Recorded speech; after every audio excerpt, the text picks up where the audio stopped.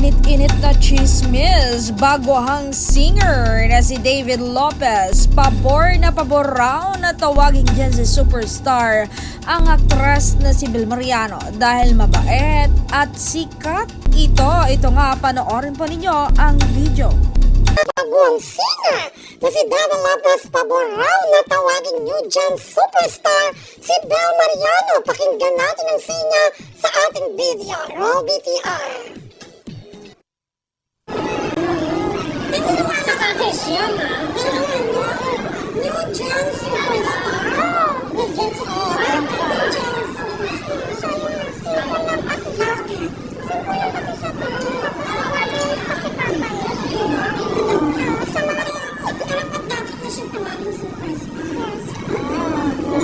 Busy kami.